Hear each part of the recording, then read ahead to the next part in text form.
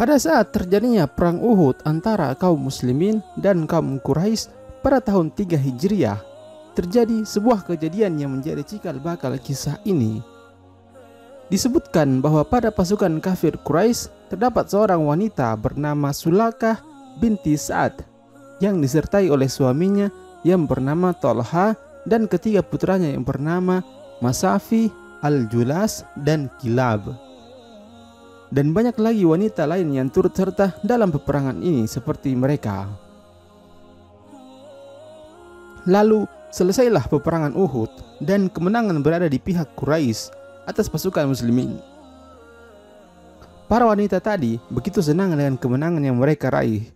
Lalu mereka berkeliling di medan perang yang telah selesai. Akan tetapi, apa yang dilakukan oleh Sulakah binti Sa'ad berbeda dengan wanita Quraisy lainnya. Ia terlihat bingung dan panik sambil menunggu suami dan salah seorang dari ketiga anaknya. Ia ingin tahu kabar tentang mereka.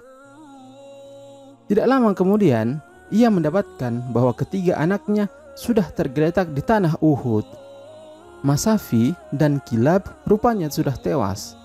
Sedangkan Al-Julas rupanya ia masih memiliki sedikit nafas untuk bertahan hidup. Dengan sisa-sisa tenaganya, Al-Julas mengatakan kalau yang membunuh mereka adalah Asim bin Thabit yang merupakan sahabat Nabi.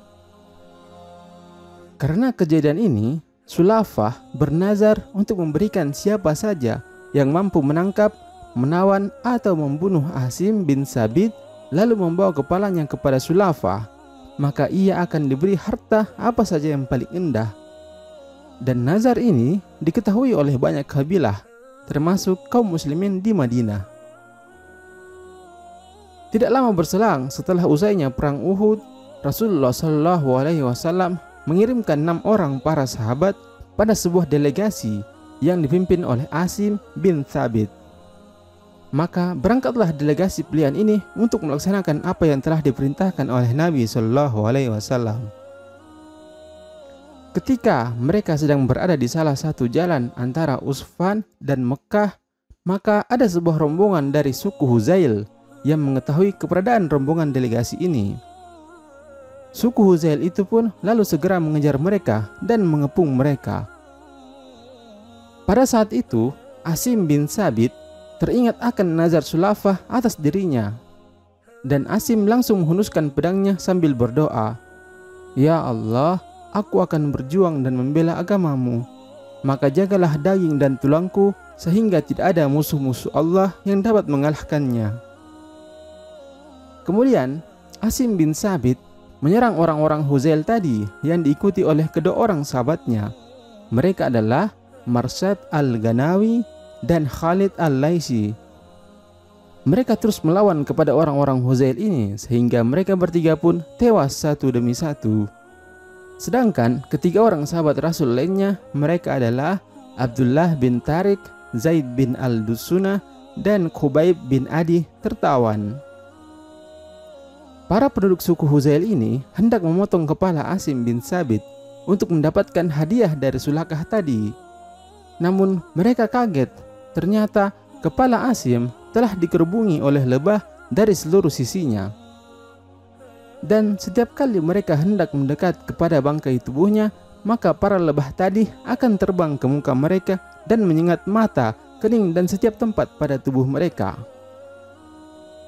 Semua lebah tadi berusaha untuk mengusir mereka dari tubuh Asim. Begitu mereka putus asa, setelah berusaha berkali-kali untuk melakukannya, salah seorang dari mereka berkata, "Biarkan saja tubuhnya hingga malam tiba, sebab lebah bila malam tiba akan pergi darinya dan kalian akan dibiarkan oleh lebah untuk mendekati jenazahnya." Kemudian mereka pun duduk menunggu tidak jauh dari tubuh Asim. Akan tetapi, begitu siang telah pergi dan malam mulai tiba, maka tiba-tiba langit menjadi begitu mendung dan amat pekat.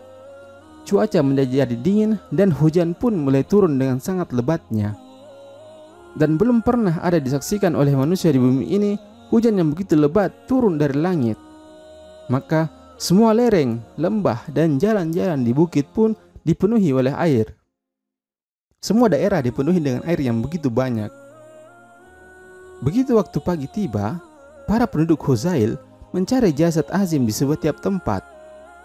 Namun mereka tidak menemukannya. Hal itu terjadi karena air telah membawa jasadnya pergi jauh dari mereka ke tempat yang tidak mereka tahu. Rupanya Allah Subhanahu wa Ta'ala telah mengabulkan doa Asim tadi, sehingga jasad Asim bin Sabit dilindungi dan tidak mampu ditemukan oleh suku Huzail tadi.